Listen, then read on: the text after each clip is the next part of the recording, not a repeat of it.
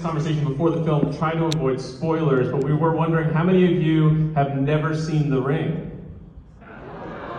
Wow, so quite a few. So you might have to close your ears for a few parts of this, but I figured, Gore, we could just start at, back, this is almost 25 years now, when you first saw the original film, Ring, the Japanese original, what struck you about it, and what kind of ultimately led you to making this film? Yeah, it was interesting. Never done a Q&A before a movie. It's nice to know some people haven't seen the movie, so that's I'm gonna have to reevaluate. I'm just trying to remember, putting myself back in 2002, what was happening. I was shooting the first week of Pirates 1. We shot late, and I missed the premiere of this movie, of The Ring. And I remember going to the after party, and Brian Cox, who was kind of a son of a bitch. He was really, on the shooting of the movie, he's just a really grumpy guy. I mean, he's notoriously grumpy. But he came up to me and said, I think we have something. I think he called me a ball bag, which I think is a compliment. I remember that, and I remember before the movie, I was prepping something called Catch Me If You Can at DreamWorks, which I didn't shoot. Steven took that, but we couldn't get to the number. And he ended up directing that movie, and probably for a different number, because he's Mr. Spielberg. But, and right after that, we couldn't get that going. I made 2 movies at DreamWorks, and they were really great. They were, those movies weren't exactly hits. They didn't lose money, but they were not big hits. So you don't really get 3 at bats, and I do appreciate my time there. It was they were just starting out as a company, and right after that, they sent me this videotape, which was Hideo Nakata's Ringu, and it was such a shitty dub. It was like the whole movie looked like the videotape from the movie. And it wasn't dubbed, but you could kind of immediately tell Hideo had a really great sense of the story he was telling, and I knew we were going to have to, there's a few homages to this, I can't say that now, because people that have seen the movie. Just leave the room. There's a few places that we were trying to be, true to what they had. But we also knew immediately we had to kind of change some things. Aaron Kruger, who's a great writer, wrote the script for Arlington Road, which I always really loved.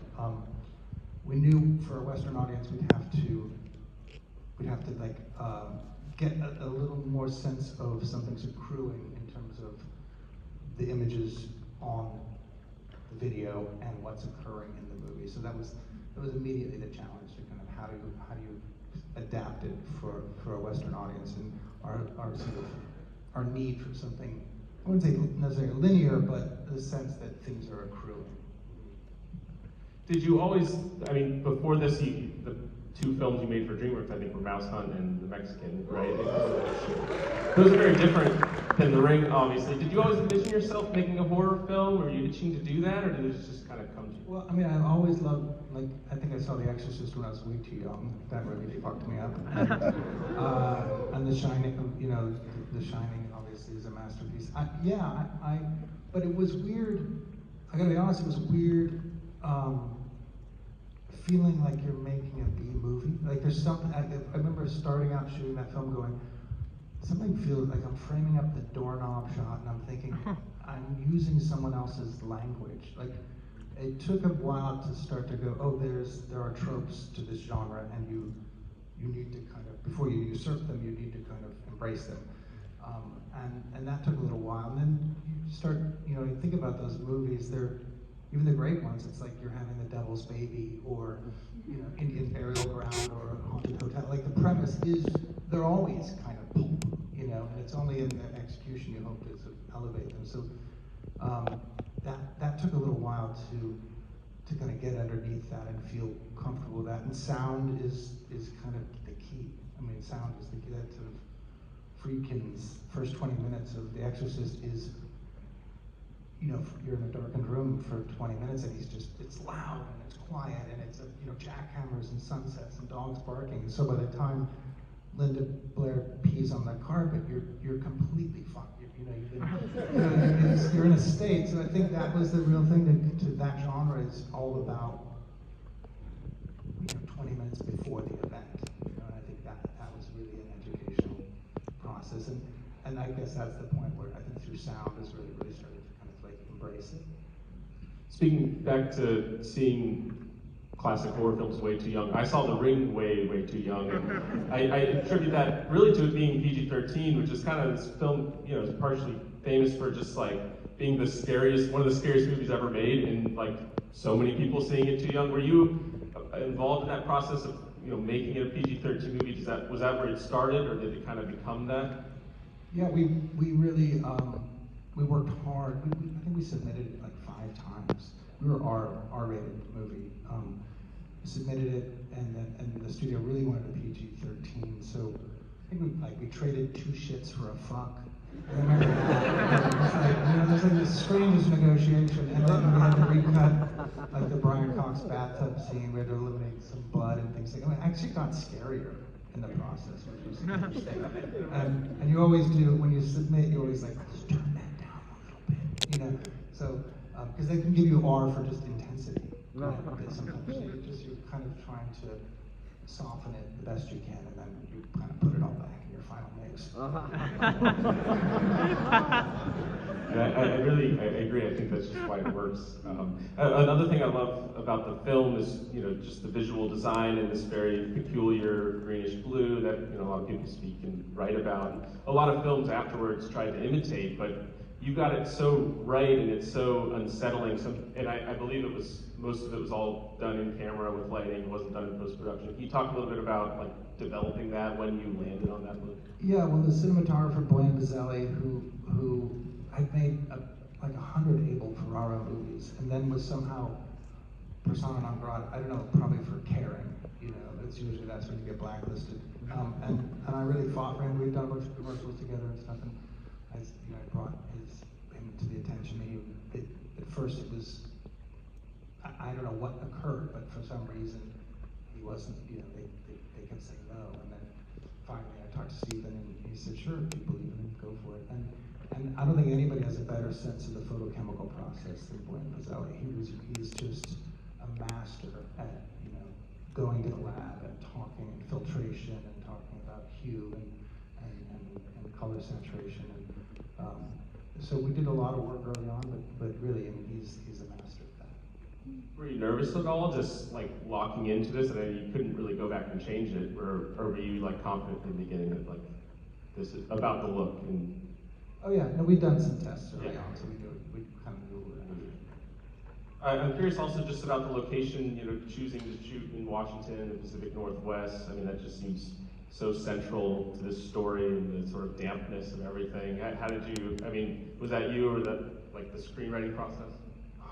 Well, it's probably an interesting segue into the fact that we were prepping the movie when 9/11 happened, and we were actually, our production designer Tom Duffield was on. He was on the East Coast, and we were scouting on the East Coast, and he actually had a ticket he was on one of the flights, going to be on one of the flights out of Boston, and we had talked the night before, and he had said, "Should I come back?" And I said, "Well, go check out some lighthouses in Maine." And he stayed, and then we were prepping it, and obviously once 9/11 happened, we kind of, the whole film went down for a second, and then we kind of knew we had to reset it on the Pacific Northwest.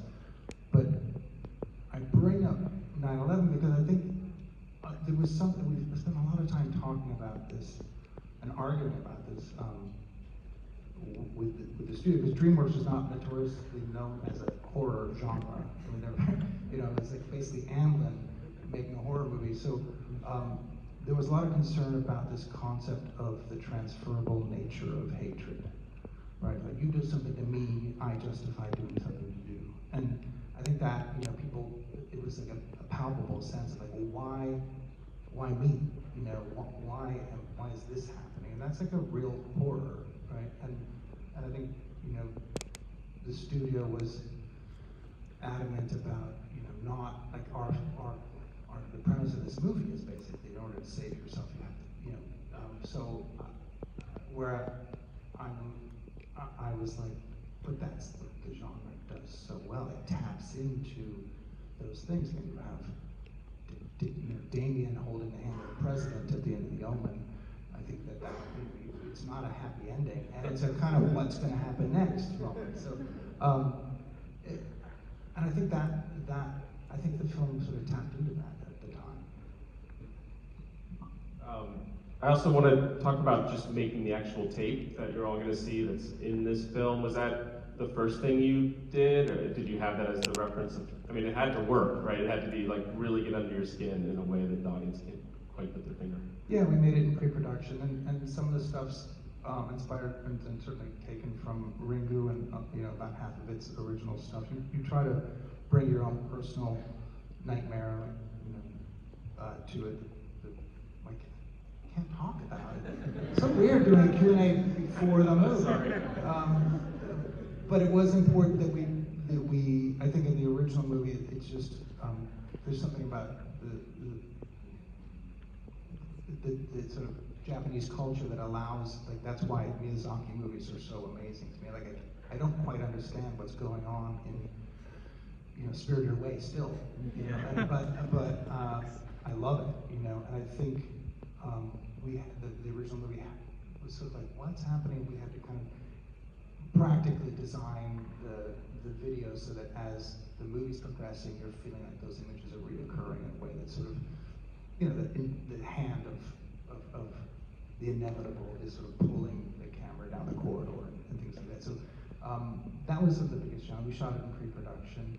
And at that time, I was really into this book by Murakami called The Wind-Up Bird Chronicle. I don't know if anybody's read that book, but it's really amazing kind of dream logic, and as trapped in a well and other things in that book. So trying to bring as much of that to it as well. Did the novel that the original film was based on, was that offer a framework as well, or was that too many levels removed? Not really. Yeah, sure.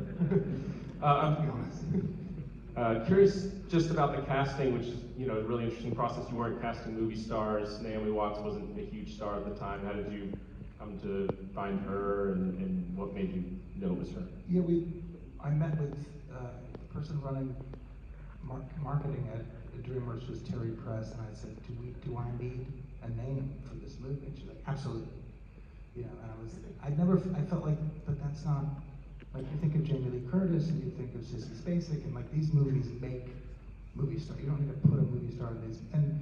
But so they had me meet, Gwyneth Paltrow and Jennifer Connelly and some other people, and I don't think they liked me, but also, I was always like, I can't imagine them coughing up like this disgusting thing, I can't, I just didn't seem like the right fit, and then I was in London with Denise Chan, casting director, and Naomi Watts came and read, and she had just done Mulholland Drive, and it was so clear she was Rachel Kelly. I was like, oh, done. And the studio, I think, was still feeling like that's not really enough of a name, and so I sent the sort of backdoored the casting tape to Spielberg, and he was like, yeah. That's so it's like, yeah, and the agents were like, what happened to the offer you were making for whatever? We're gonna, and that's why I think if you're an actor, if you come in and read, you can just steal the part.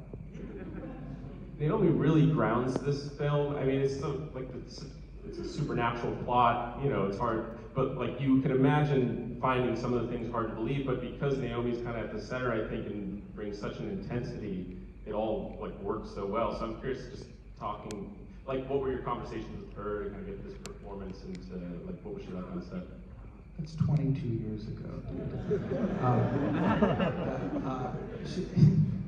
She just goes for it. She just, like, they're doing takes, there's just snot coming out of her nose and shit like it. It's just, she's like, whoa, it's like you don't have to put your spurs in her. You're gonna pull back the reins, if anything, because she's just going to make it real. That's her job, and she takes it seriously. So it wasn't, we talked about the movie. It's probably the least fun I've ever had making a movie. I should say that, because we're playing, Arvel Part or Ligeti, before, like, just to make sure everybody's feeling nauseous before you say action, because you have to create this sort of palpable sense of dread, and you're wearing that every day in the rain in Seattle. So yeah, it was.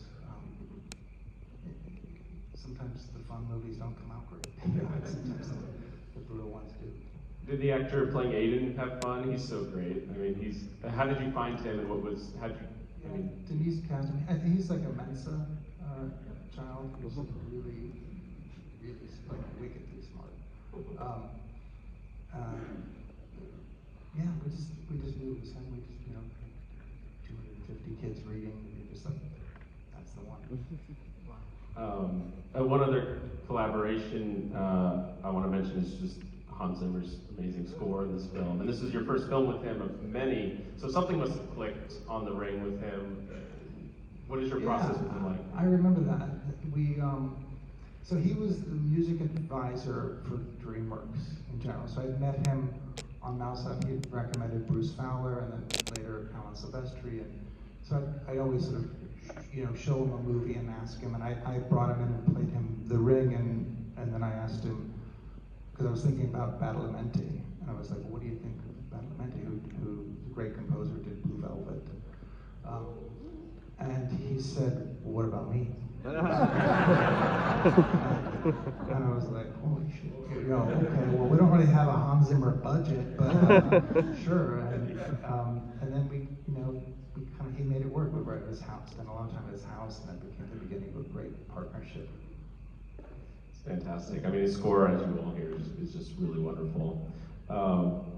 Just getting to around the time when this film was finally released, I guess my first question is, there's like sort of an infamous promotional strategy, and I'm wondering how true it is that the actual tapes would be dropped in public places, and were you involved in that at all? Did you know that was going on? I mean, it's fascinating. So it's DreamWorks, right? So and about 2 years earlier was the Blair Witch Project. I think we think about that time. So we were sort of talking, who's going to go see this movie? And I had hired a company, and we started doing kind of early online stuff like actual missing children, and then sort of attaching it to the mythology of maybe they watched this videotape. And we got pretty quickly. Wait, what? Yeah, we pretty quickly got called into the office of DreamWorks Terry Press, and they were like, "What the fuck are you doing?" And we had our hands hit with the ruler, and they're like, "We're not some indie, like this is DreamWorks, like we're not doing that shit. The liability, etc." And it was weird because then I think Blair Witch was like the torch, I mean the candle, and I think now studios are like carrying that torch. But it was interesting on this film to see them slowly start to embrace. I mean, from that meeting to when the movie started coming out, they started, the same woman who was operating as Terry Press, she started buying 30-second time on local stations where they play like the Clapper, Clap On, or the Jinsu Knives stuff, or like it's 3 a.m, it's super cheap, 30 seconds local TV, and then she just played the video with it wasn't like there was no like coming to theater near you. It didn't say The Ring, it didn't say DreamWorks, nothing. And I just kept thinking, man, you thought I was like, if you're doing a double shift at Taco Bell, it's 3 a.m, you're coming like loading up a bong load, and you're like, that fucking just fuck with your head. That's insane.